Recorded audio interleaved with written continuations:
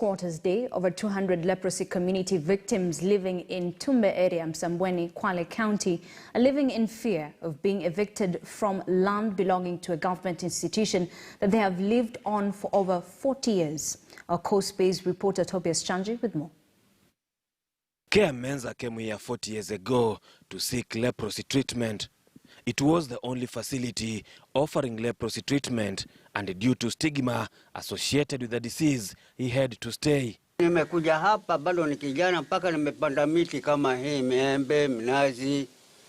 Leo naambiwa mimi niondoke, niende wapi?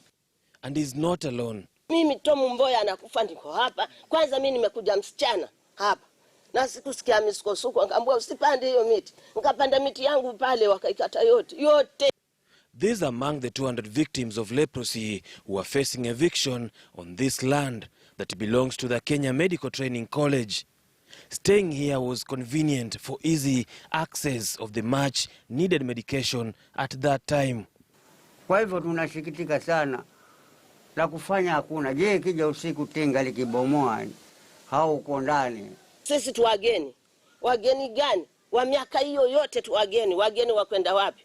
And now they are pleading with the government to resettle them. Serikali iko na mkono mrefu, kwa hivyo ina haki itupatie sehemu ya kwamba tunaweza kuishi na pia itujengee, kwa sababu uwezo hatuna. Kwale Governor Salim Vuria says they will not be evicted, but the County Commissioner Ngumo Karuku maintains the squatters have to be removed. Na kama kuna wasiwasi wowote, kuna hofu yoyote, tutatuma team ya sub-county waweze kuongea na hao wananchi kusiwe na hofu. Lakini sasa mimi nilienda pale nikawaeleza, sasa mtu akitembea kwa wenyewe, kuna siku inafika mgeni anarudi kwao.